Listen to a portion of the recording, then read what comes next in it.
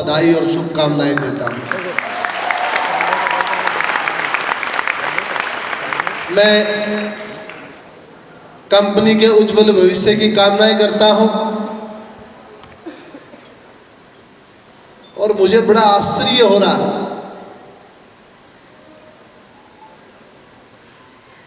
जब मैं आप सबको देख रहा हूं तो मुझे ऐसे लग रहा है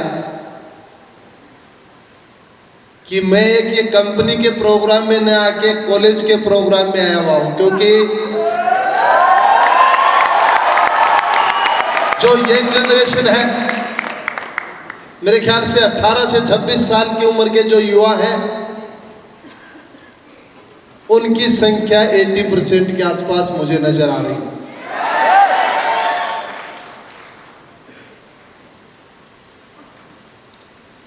तो आपने अपने करियर की ये शुरुआत की है और मैं एक छोटी सी बात बताना चाहता हूं आपको। इस कंपनी ने 25 साल पहले जब शुरुआत की थी तो सबसे पहली शुरुआत एजुकेशन सेक्टर से की थी। उसके बाद लगभग ऐसे 150 प्रोडक्ट हैं, 150 अलग अलग जो ये कंपनी अभी बना रही है उसमें काम कर रही है। एक बार सोचिए आप, ओपनिंग एक से होती है और कहाँ कितनी 25 साल में कितनी ग्रोथ की है। ये सब उन कंपनी के जो निष्ठावान डीलर, एम्प्लॉय जितने भी हैं, उनका सबसे बड़ा योगदान रहा है ना। मैं थोड़ा सा बताना चाहता हूं आपको, कोई भी काम जिंदगी में मुश्किल नहीं होता। मेरी जो डिक्शनरी है उसमें मैं किसी भी काम को मुश्किल नहीं मानता। मैं ये मानता हूं उस काम को मैं समय कितना दे रहा हूं वैसा ही रिजल्ट आएगा।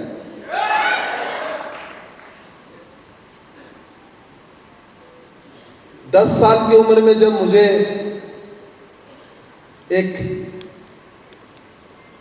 हादसा हुआ, हादसे की वजह से मुझे जब एक लेफ्ट हैंड गंवाना पड़ा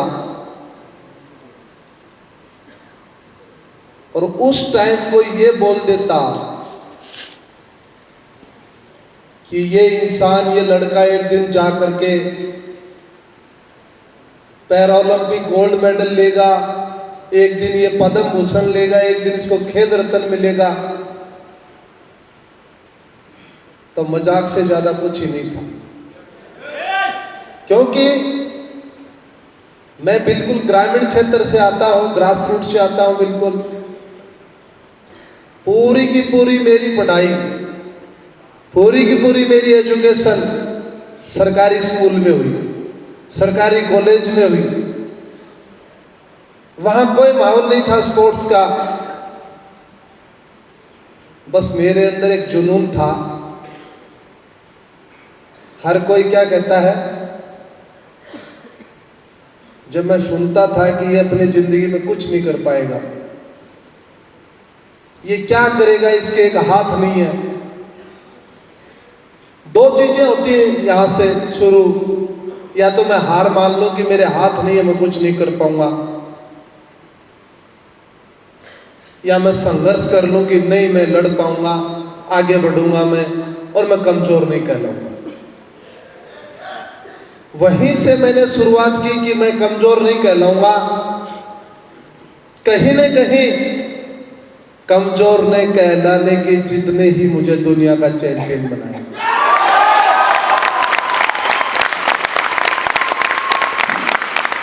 ये अपने आप में, जब पहली बार मैंने जेवलिन उठाया था सरकारी स्कूल में, तो इतने क्वेश्चन हुए कि आप जेवलिन फेंकोगे, जिंदगी में याद रखना आपके साथ भी यही होगा।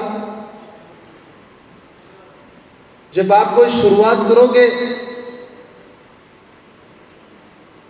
तो आपको मजाक बनाया जाएगा आपका कि आप क्या करोगे इसमें। बनाते हैं मजाक। जब आप थोड़ा सा सक्सेस की तरफ जाते हो तो वो साइलेंट होते हैं, कुछ नहीं बोलेंगे। और जब हाईएस्ट पीक पे आप जाते हो तब वो लोग क्या कहेंगे, हमें तो पहले ही पता था ये सक्सेस होगा। ये लोगों का नजरिया चेंज होता है। तो सबसे पहले हमें किसी पे ध्यान नहीं देना जिंदगी में। मेरे लिए उसने क्या बोला, यदि आप रिएक्शन करते हो उस पे तो इसका मतलब ये आप अपना टाइम खराब कर रहे हो जिंदगी का। देखिए आप युवा हैं, अगले 20-25 साल आपके हैं इस दुनिया में। जब 25 साल की उम्र में, 20 साल की उम्र में आप कोई काम स्टार्ट करते हो, आज देखिए 25 साल होगी ग्रोथ। इस कंपनी ने कितनी ग्रोथ की है, 25 साल में आप भी इतनी ही ग्रोथ कर सकते हो। आपका सकारात्मक सोच। और मैं बताना चाहता हूं आपको, आज दुनिया में यदि मैन पावर देखी जाए, मैं लगभग 100 कंट्रियों में जा चुका हूं। ऐसे ऐसे देश हैं, यदि वहां पे हमारे हिंदुस्तान के नौजवान 2 दिन की हड़ताल कर दे तो वो देश रुक सकता है। ये हमारी दुनिया में ताकत है।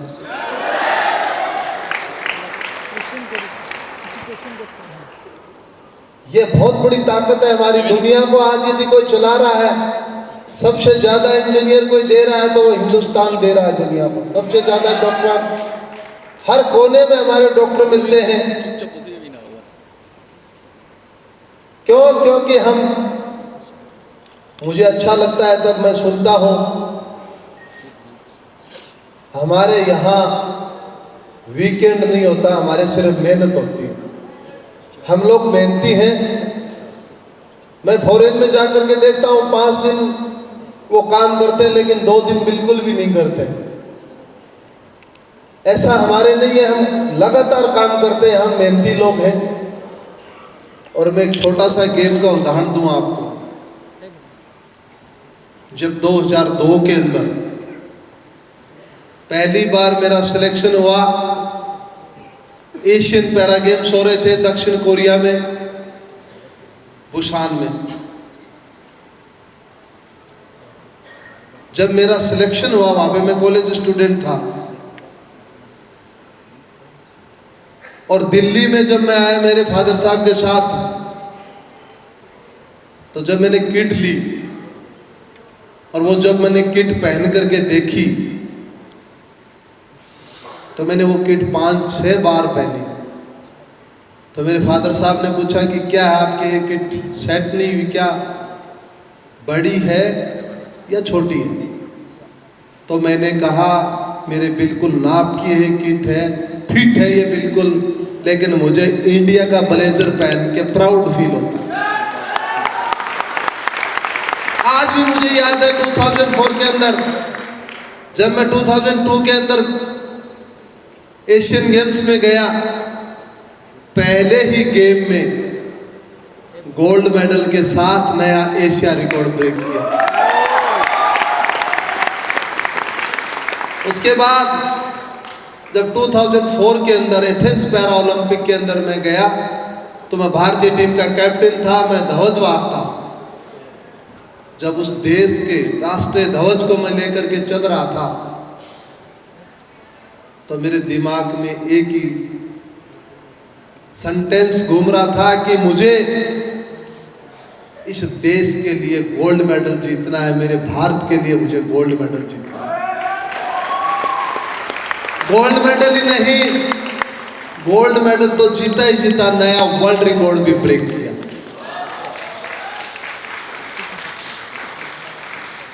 भारतीय मीडिया ने मुझे पूछा कि सबसे बड़ी खुशी कब होती है आपको, बताइए देवेंद्र जी। तो मैंने बताया जब मैंने गोल्ड मेडल जीता और मेरे देश का जो फ्लैग था, राष्ट्र ध्वज सबसे ऊपर जा रहा था। और जब राष्ट्रीय गान हुआ और दुनिया उस राष्ट्रीय गान के सामने खड़ी हो रही थी, उससे बड़ा जिंदगी में मेरे लिए कोई पल नहीं है।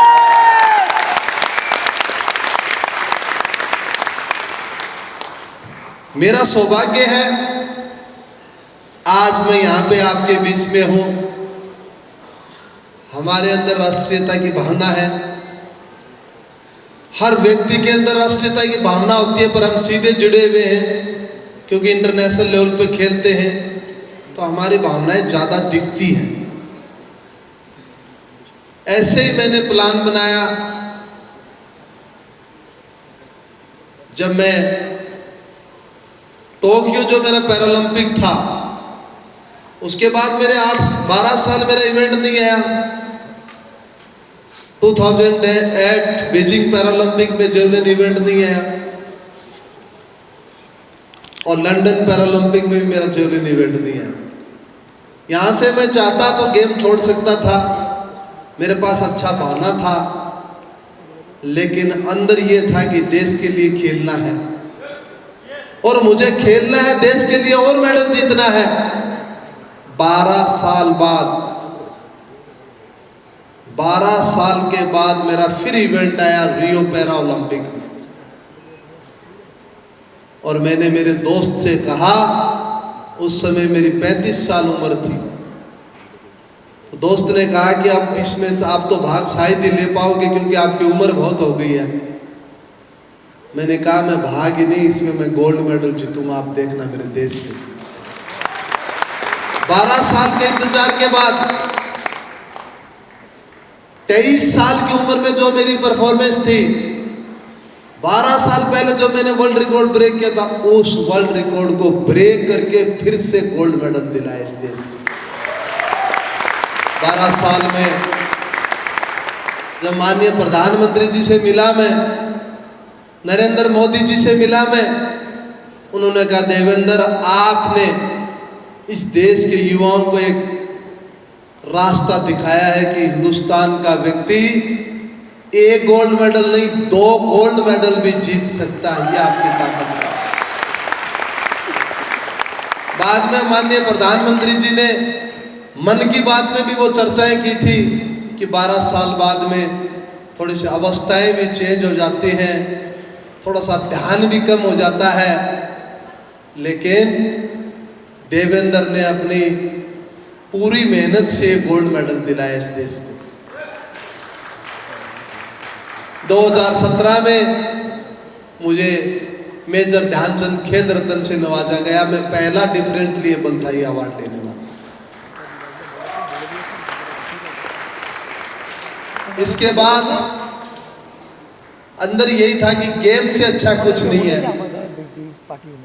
35 प्लस एज हो गई थी,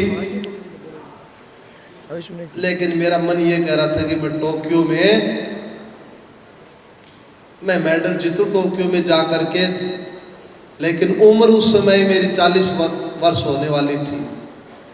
मैंने उम्र की कोई परवाह नहीं की और मैंने कहा यदि जिंदगी में आपके अंदर जुनून हो तो आप उम्र को भी हरा सकते हो।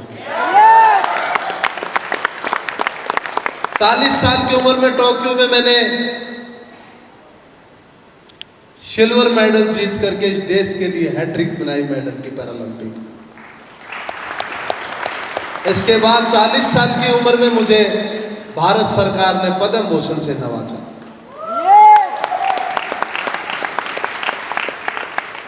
उस गांव से लेकर के दुनिया के शिखर तक पहुंचना, उसमें सिर्फ मैंने एक ही सीखा है कि आप जिस भी फील्ड में हो, कोई भी फील्ड हो, उसमें रुचि से काम नहीं चलेगा, आपके अंदर जुनून पैदा करना होगा आपको। और जुनून पैदा करोगे आप, तो मैं आपसे ये दावा करता हूं कि आप कभी नहीं पिछड़ोगे, आगे बढ़ोगे। आपको मेहनत करनी है। मैं कई बार देखता हूं हमारे अंदर भी एक राष्ट्रीयता की भावनाएं होती हैं, जब टोक्यो की मैं तैयारी कर रहा था तो मैं और मेरे फ्रेंड सभी बैठे थे। हमने कहा हम फूड सप्लीमेंट वगैरह लेते हैं, क्यों ना हमें इंडिया की कंपनियों का लेना चाहिए, हमें भारत में बने हुए फूड सप्लीमेंट लेने चाहिए। तब मैं स्मार्ट वैल्यू कंपनी को नहीं जानता था। मेरे न्यूट्रिशियन ने बताया कि सर इंडिया की कंपनी है स्मार्ट वैल्यू, उसके फूड सप्लीमेंट बहुत अच्छे आते हैं। मैंने उस समय पहली बार इस कंपनी के फूड सप्लीमेंट यूज किए और मैंने टोक्यो पैरालंपिक में मेडल जीता। एक बहुत बड़ा योगदान है इस कंपनी का। मैं मानता हूं आने वाला समय हमारा होगा। आप कई बार हम देखते हैं छोटी छोटी समस्याएं आ जाते हैं हमारे ऊपर और उसको हम बहुत बड़ी मान लेते हैं, बहुत बड़ी प्रॉब्लम आ गई है। मेरी लाइफ की मैं प्रैक्टिकल बात बताऊं आपको। जब 10 साल की उम्र में मैंने लेफ्ट हाथ गंवाया और मैं जिंदा रहने की स्थिति में नहीं था उस समय, तो मैंने उस दिन एक बात मान ली कि मेरे पास जिंदगी में खोने के लिए कुछ नहीं है, सिर्फ पाने के लिए ही है। आप भी जिंदगी में ये तय कर लें, आपके पास खोने के लिए कुछ नहीं, आपके पास पाने के लिए है। इसी उम्मीद से आप चले कि आने वाला कल अच्छा होगा। एक आपकी सोसाइटी, मैं बहुत ध्यान देता हूं इन बातों पे, कभी भी आपका फ्रेंड सर्किल में नेगेटिव बात ना करें आप। ये बहुत सोचने वाली बात है। छोटी छोटी बातों को हम नेगेटिव लेकर के इतनी बड़ी बना लेते हैं इशू। एक मैं प्रैक्टिकल बात बताऊंगा आपको। कई बार हम नेगेटिव की पहचान कैसे होगी मैं बताता हूं आपको।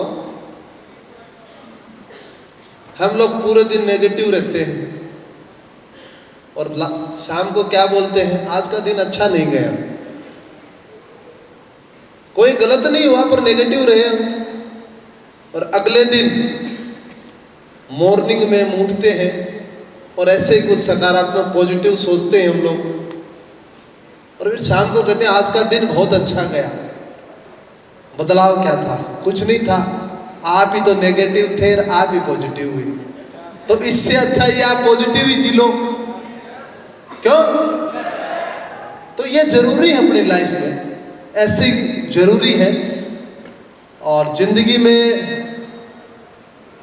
मैं तो यही कहता हूं, आप कभी निराश मत होना। आप निराश होंगे, कुछ नहीं मिलने वाला उस निराश से। आप पॉजिटिव रहेंगे, सब कुछ मिलने वाला है अपनी लाइफ में। आप ने मुझे इतने लंबे समय तक सुना, मुझे अच्छा लगा। इस कंपनी को मैं पुनः बहुत बहुत धन्यवाद देता हूं। आने वाला समय इस कंपनी का और अच्छा हो। आप जैसे यूथ इस कंपनी से जुड़े हुए हो, मुझे लगता है आने वाला टाइम इनका बहुत अच्छा होगा। आप सब लोगों के बीच में आने का मुझे सौभाग्य मिला। बहुत बहुत धन्यवाद। Thank you so much. Devendra sir के लिए एक बार जोरदार तालियां होनी चाहिए। खड़े होकर मैं रिक्वेस्ट करूंगा सभी हमारे एसोसिएट से खड़े हो